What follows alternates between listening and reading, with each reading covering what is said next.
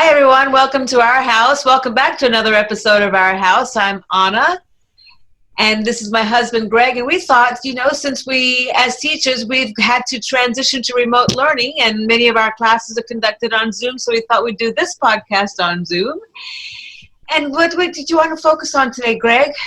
Well, I think we're going to use this as an example of a two-person podcast. And for at least my students, for their final presentation, one of the options, they could do a single podcast, or they could do a remote podcast as long as they have the contact information of the person they want to do the podcast with. One of those people can set up a Zoom account, invite the other. That's what we did. And you can do an actual podcast, and we're recording this as well. So you can record it as a podcast and then go ahead and upload it as an example of a final presentation. Now, Anna, you're just a little bit ahead of me, I believe, right? So in your classes, you've already started into and you've seen some of the final speech presentations. Yes. So I had, when we're transitioning to remote, I gave students the option. So they had the option of either doing a speech just because we had to do our lectures, right? And so we went in and we lectured like I lectured as though we were in class. And so I did the whole speaker's triangle and everything. Okay, start in the middle of the room, and then you're going to physically and verbally transition between points. And then I realized that didn't seem very practical when we're going remotely, because, and then so I thought, let me think about other ways that students can and other forms of public speaking. And so that's when I had them do the podcasts. And so I gave them the option. So some of them you could stand up and actually do a speech, or you could do a podcast. And I told them, here's how you do a podcast. I gave them instructions on how to do a podcast. They could stand up, they could sit down. They can decide, how much of the audience how much of you do you want the audience to see, right? And then also between informative and persuasive speeches, because I had my students do both. And so I told them to think about an informative podcast is like if you're watching a YouTube video, something that's instructive, right? Like, here's how to decorate your house. Here's how you make cookies, like the Food Network channel, for example. A persuasive podcast would be something like an infomercial, right? Saying you have your problem, you have your solution, your visualization step, your action step. So that's how I distinguish between the two. And then I had the students decide they could do a podcast, they could do a speech, and then because we're remote learning, make it relate to you. Like, what are you doing? Like, so I had a couple of students I raise chickens, so here's how to safely raise chickens. I had a student talk about, lay an egg.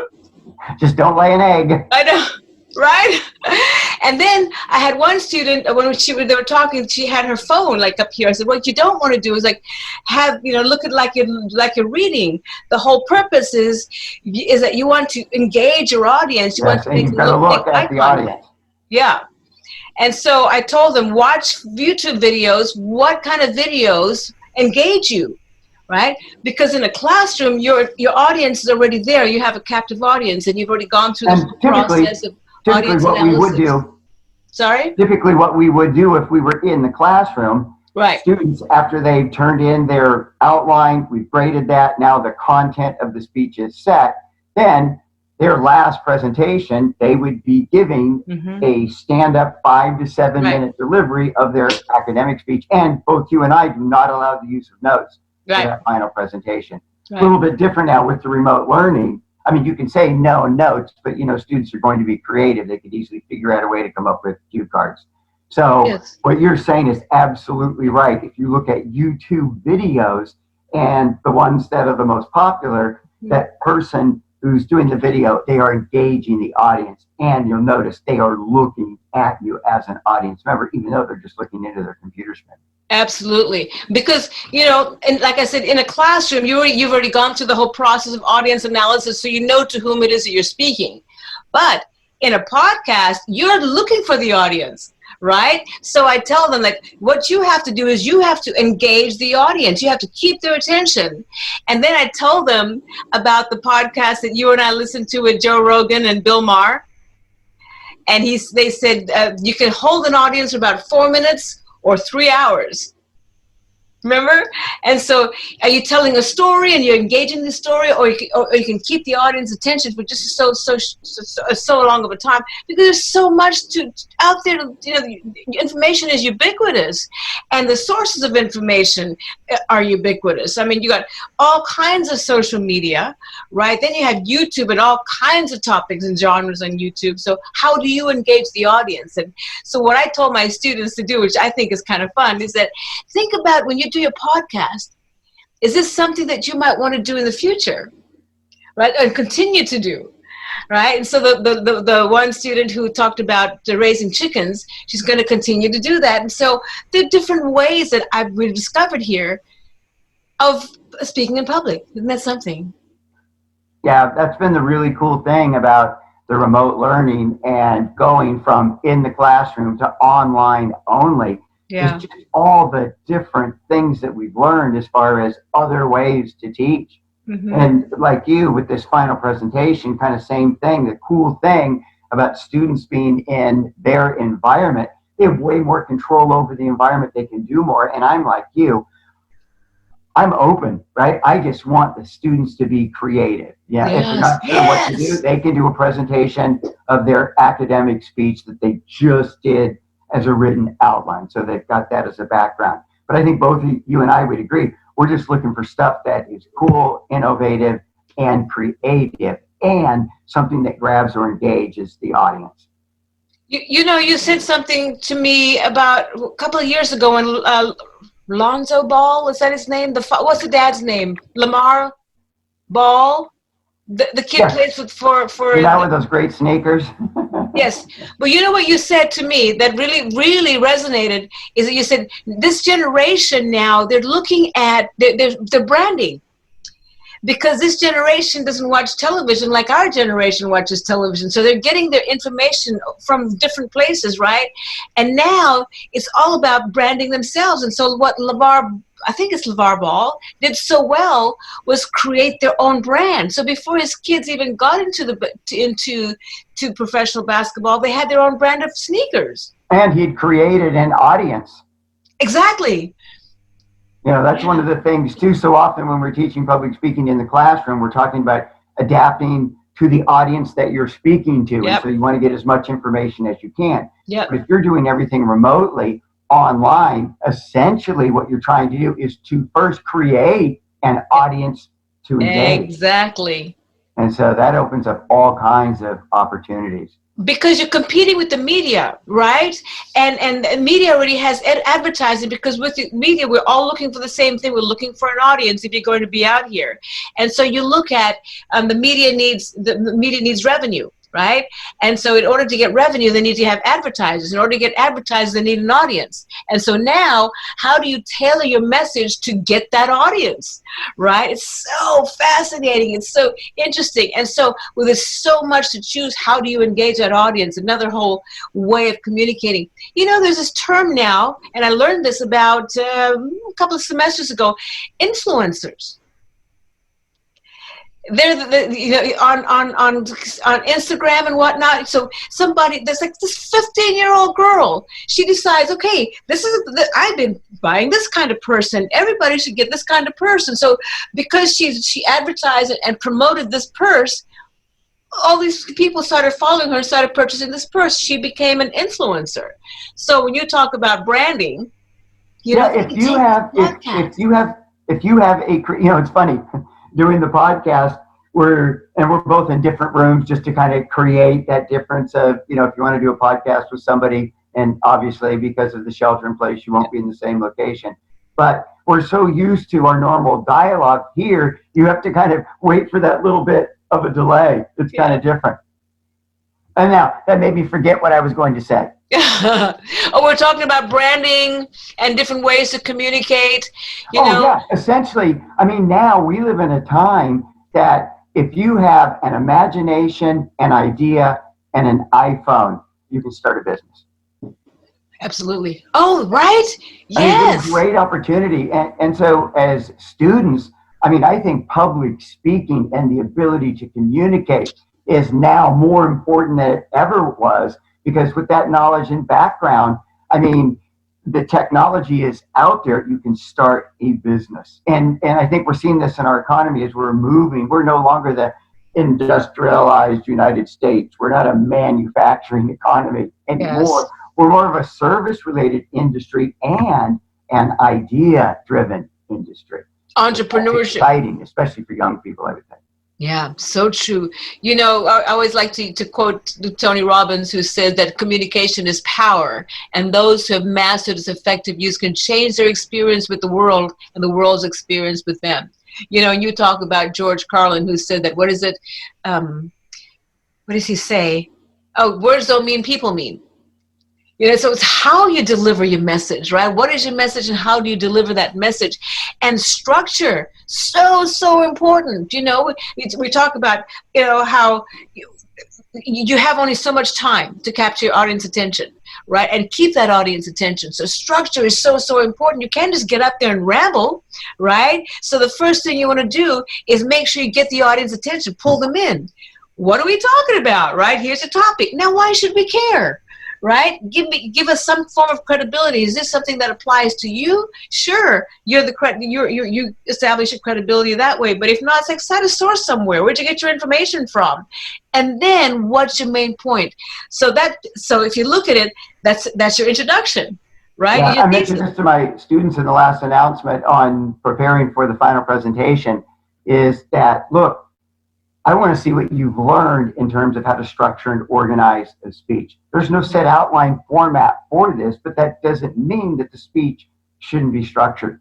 And I know for me, I did a little bit of public speaking before I went back to community college. And I remember taking that public speaking class, and it was like, there's structure and organization. To me, it was amazing. But that's one of the most important things that I learned about public speaking is that the audience can grasp your information so much more clearly and easily if you're making sense and there's some kind of logical development or unfolding that's easier to grasp for the audience members.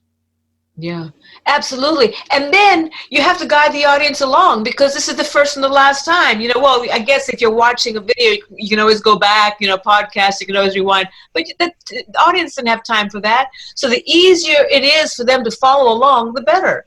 You know, so signpost here and there. Tell them what you've done. Tell them where you're going to go. You know who does that really well? Jim Rome. Yes, he does. He also asks really good questions. Yes, but he always starts his show with an attention getter, and then he goes through, you know, he previews what he's going to talk about within that hour, and then he goes through, you know, each of the whatever his guests or whatever he's going to talk about, that agenda, and then at the end of that hour, he summarizes what just happened that hour, tells them what to expect the next hour. And I've always noticed that he's so good. Structure's so important, right? Because, for example, if you catch up, you know, in the middle of, say, for example, halfway through his show, you know exactly what he's going to talk about next, because he's going to preview it again, or he summarizes it before he goes into the next segment, and they're 10-minute segments on the radio. So structure is so important. You can do like a 2-minute podcast, you can do a 3-hour podcast, but as long as you have that structure. And I tell my students also, you use the structure, you can write, you do any presentation, anytime, anywhere, on any occasion, right? And you can also use that structure for your papers. Job interviews. Job interviews, right? I think that's so important. And you can tell, because we've both been on hiring committees, and you can tell when someone's answering a question whether structure was emphasized in their public speaking class. Because sometimes you get, well, there are 3 ways I'd like to answer that question. First, second, third, they're actually previewing. And I think that's a great way to always answer questions if you're taking or writing an answer to an essay question, because it makes it easier for the instructor to follow the logical development of the answer if it's clear and it's structured. Yes. So I think it's one of the most important things that you can learn during your academic career is how to organize and structure both your speech and your papers. Yeah. I mean, it's everywhere in life, right? I mean, what I've started noticing is in movies, right? Movies. Sandwich technique. Sorry? The sandwich technique. You see it all the time. Yep. You know, like you're making a sandwich, you start with this certain kind of bread, you're going to end with this certain kind of bread. You see that in movies. Yeah. You know, they open up with the scene, and about 2 hours through, they flash back to that scene. What's it tell you? Well, it looks like we're getting to the end of the movie. And so I really emphasize to students to use that in their speeches as well when you end a speech. And oftentimes that can be the most difficult part of the speech, is figuring out, all right, how do I end this so it has a sense of impact, but even more importantly, has a sense of finality. Yeah. A good way to do that is refer back to your opening attention getter, because the audience is used to that. There's one of the movies I like to refer to that does that so well and very obvious is that Menace to Society or Dead President, Menace to Society, where it starts with a heartbeat. Oh, and then ends. Yeah. And yes. What a powerful movie. Yes, but the heartbeats at the very beginning, it's like a brand new heartbeat, boom, boom, boom, boom, and at the end, it just tails off like somebody's done. It's, oh my gosh, you said it is powerful, but movies like that. Like if you're watching a play, right? The overture at the very beginning, they preview, so all the music that you're going to hear throughout the play is played at the very beginning. You know, and so structure is so important, and our whole life is about structure. You know, so. I love the way you gesture. I gesture. You always tell me I gestured so high. I gesture all over my face. My favorite thing is when you gesture with your eyes. Like you have something in your hands and you're like, yeah, that over there. And it's almost like those cartoons where you think the eyes are going to kind of come out in that spring and then boing, go on back. Over there. Hey, well, this is great. Any last things to add? Like if you were talking to my students, what would be the one thing you would tell them, do this, and you're going to do well on that final presentation?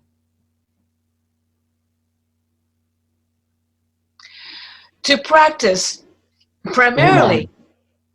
Because you're on video, right? We tell our students to practice their speeches at home, and this is something that I learned from my students after in our office hours, and that is they want to make sure they look good on the camera, right? They want to make sure your hair is perfect, your makeup is perfect, you look good, and also what's so important is your background, right? Does your background coincide with whatever your topic is, right? And I like that you have that new light. I can see it really looks good. Yes. And so what I found what my students were doing was like, man, I had to start over again because the light wasn't just right, or I was too close to the camera, too far away from the camera. So you'll find that when you look at yourself, that final product, you're putting yourself out there, right? So what do you want that to look like? And so and don't be afraid to try it over and over again until you get it right, until you like what you see. And then you'll understand when we tell you to practice your speeches at home, practice, you don't get to see the final product because the audience is looking at you. But now you get to see what you look like. And so when you're doing a podcast and you're watching yourself, think about, is this somebody that I would watch for a long time? Or is like, am I going to watch this person and go, 2 seconds, I'm going to turn it off, right? And if you're going to turn yourself off in 2 seconds, you might want to try that podcast again. Yeah, really with public speaking, as far as being a decent public speaker, I've always said it comes down to two things. Confidence, you have to believe in your ability, and we kind of fight through that nervous anxiety, and practice. The more times you practice your speech, and I think a cool feature now of students, you can record yourself straight into Canvas. You can go to upload for the final presentation. You can hit the record button, and now you can record yourself. But, you can do it over and over again until you get one that you like. That's exactly what you were saying. And what a great feature for the audience. Yeah. And students have uploaded their speeches 2 different ways. Some of them have uploaded their speeches to YouTube and then sent me the link. And some of them have recorded directly onto Canvas. The one thing with those is that sometimes it takes a few seconds or sometimes a couple of minutes to download or upload. I don't even know what the terminology is. Upload? Okay, to upload, and then I'll watch it. The nice thing is I can watch the video as I'm grading, so it's really cool. Yeah, so either way, and students are creative, and try all different kinds of things. Yeah, the only students that aren't creative are the ones who wait until the last minute, and then the only thing they get creative with are the excuses as to why they're late. And also, feel free to splice, to edit your own videos, right? This is your show. I had a student, for example, talk about the benefits of exercise. So he went through the whole process. In his preview, he talked about working out. He talked about a good diet, right? And he talked about, I can't remember his third main point, but he started off his video in the garage. Had an attention getter, and his attention getter was, are you feeling tense? Are you feeling stressed out during this coronavirus? Well, there's something that you can do, and that is to work out. And so he talked about the benefits of working out. He goes, I'm going to talk about these 3 things. And then he started his first main point in his garage, and he was working out. He just talked about a couple of the exercises that he does. And then he transitioned. Man, look at your arms. Huh? Look at your arms. Oh, and then he transitioned to the kitchen, and he talked about the nutritious meals.